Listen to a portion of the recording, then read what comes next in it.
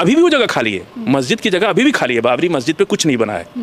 बाबरी मस्जिद शहीद हो गई, उसको गिराया, सुप्रीम कोर्ट ने कहा कि गलत हुआ, किसी को सज़ा नहीं हुई, बाबरी मस्जिद शहीद कर दी गई। और आज भी बाबरी मस्जिद के लिए क्यूरिटी पिटीशन सुप्रीम कोर्ट में फाइल है।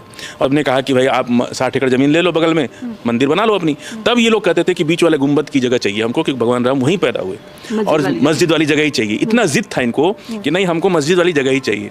और जब मस्जिद शहीद किया तो वहाँ रामलला को स्थापित भी कर दिया।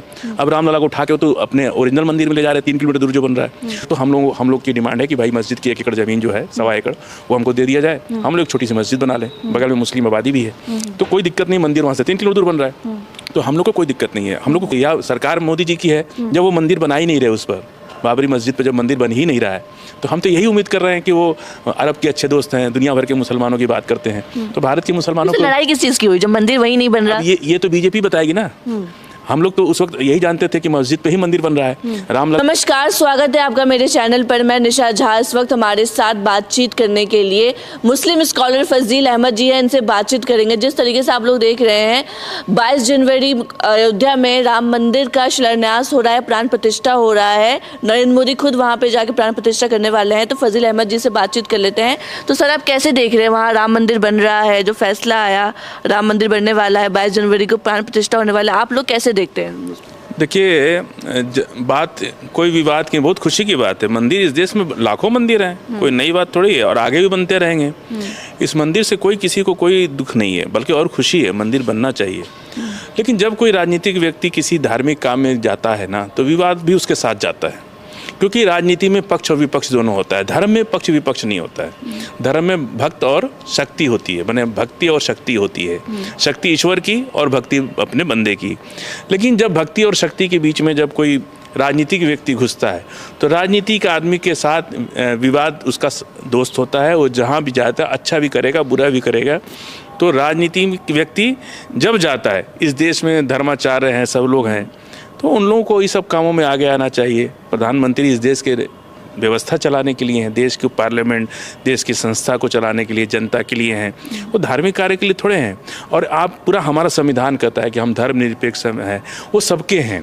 इस देश में हिंदू, मुसलमान, सिख, ईसाई, जैन, पारसी, बुद्धिस्ट सभी लोग हैं ना। तो आप किसी को कुछ नहीं कर रहे। सारा जो है केवल एक ब्राह्मण धर्म के लिए अपनी सारा जो है आप काम कर रहे, और बाकी धर्मों के लिए कुछ भी नहीं कर रहे। और उसके ऊपर सारा चार्ज मुसलमान नेताओं से सवाल पूछते हैं कि आप खुश क्यों नहीं। अरे भाई, हमसे क्या लेना देना है? आप अपने धर्म की बात कर रहे हैं, करिए, लेकिन हम लोग से सवाल क्यों पूछा जाता है?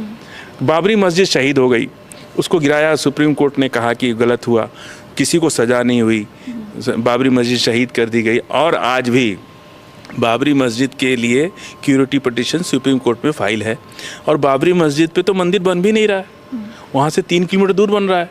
आप देख लीजिए, उठा करके सेटेलाइट तस्वीर है, ये देखिए, ये देखिए, कैमरे में से दिखा दीजिए। मैं इसको दिखा दूंगा, आपको भेज दूंगा, इसको आप जूम कर लीजिएगा। यहाँ पे देखिए, ये यहाँ बाबरी मस्जिद है, यहाँ से 3 किलोमीटर दूर ये देखिए राम मंदिर बन रहा है।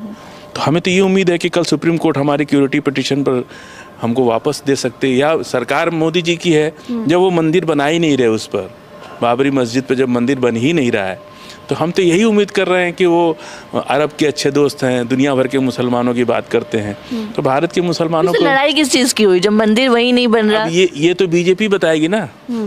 हम लोग तो उस वक्त यही जानते थे कि मस्जिद पे ही मंदिर बन रहा है। रामलला को बीच वाले कहते थे कि बीच वाले गुंबद के नीचे ही।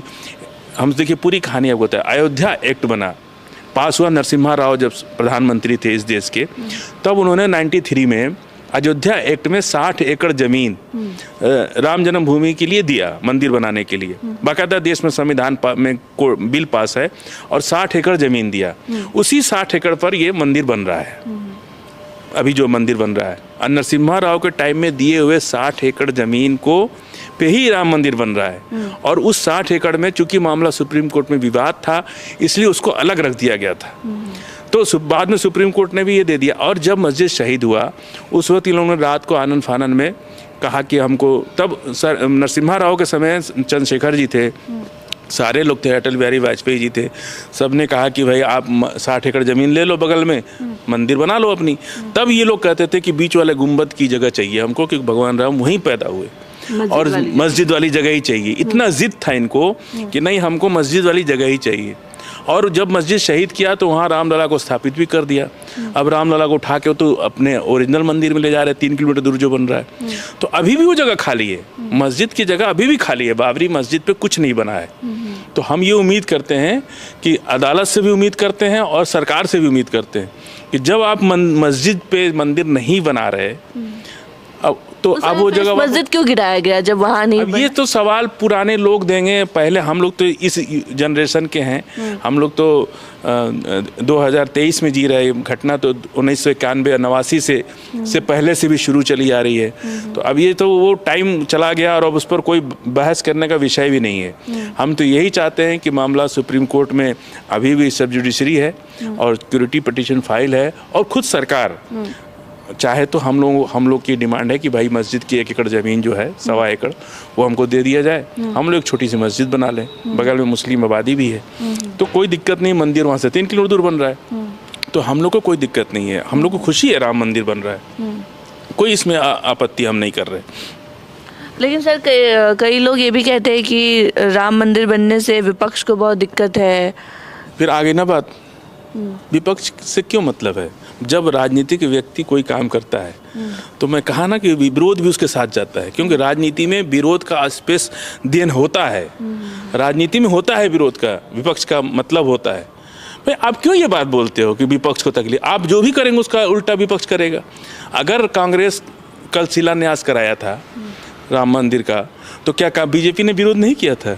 ये 60 एकड़ ज़मीन जब दे रही थी नरसिम्हा राव सरकार ने, तब इन्होंने विरोध नहीं किया था क्या? तब भी विरोध किया था। तब कहा था कि देश को 40 साल में कितने दंगे, कितने हजारों लोग मारे गए, कितने दंगे हुए इस देश के अंदर, कितना देश का नुकसान हुआ। आप समझ सकते हैं कि कितना नुकसान हुआ इस देश का। तो जब उस टाइम जब मामला 1993 में ही इसका फैसला हो गया और 60 एकड़ ज़मीन नरसिम्हा राव ने दे दिया, और आज उसी पे आप मंदिर बना रहे। फिर इतने साल से आपने विवाद किया, इतना देश में दंगा, इतनी सरकारें बनी बिगड़ी। तो जब भी कोई राजनीतिक आदमी मंदिर बनाएगा, मस्जिद बनाएगा, तो विवाद भी उसके साथ जाएगा, क्योंकि राजनीति का विवाद से दोस्ती होता है। लेकिन सर जो तमाम संत समाज है, चाहे वो जगत गुरु शुभ्राचार्य हो, वो कह रहे हैं कि नरेंद्र मोदी की वजह से ही राम मंदिर बन रहा है, नरेंद्र मोदी के कारण ही मंदिर बना। समरथ के नहीं दोष गोसाई, तुलसीदास जी कहे ना इस देश में कि समरथ के नहीं दोष गोसाई। सुप्रीम कोर्ट ने तो आर्डर किया ना, राम मंदिर तो पब्लिक के पैसा से बन रहा है। तो क्या हम कह सकते हैं, अगर हम यही बात हम भी कहते हैं कि जज साहब, जो गोगोई जज साहब थे, उनको अपनी राज्यसभा इसीलिए बना दिया कि उन्होंने फैसला आपके पक्ष में दिया, तो ये लोग बुरा मान जाते हैं। दोनों बात तो यही कह रहे हैं ना कि इन्होंने बना दिया। अरे इसीलिए हम कहते हैं कि आपने फैसले को प्रभावित किया राज्यसभा दे करके, तो ये लोग बुरा मान जाते हैं। क्या सुप्रीम कोर्ट को प्रभावित किया आपने? अगर आप ये बात बोल रहे तो हम इस फैसले को कह सकते हैं ना कि आपने फैसले को प्रभावित किया अपने सरकार के बल पर, और इसीलिए उस जज साहब को आपने राज्यसभा भेज दिया। ये बात तो ठीक नहीं है। कहने को समरथ के नहीं दोस्त, वो पावर में है, सभी को पावर चाहिए, बड़े बड़े मठ हैं इनके, चीज़ें इनकी चलती रहती हैं, तो ये लोग उनके खिलाफ नहीं जा सकते।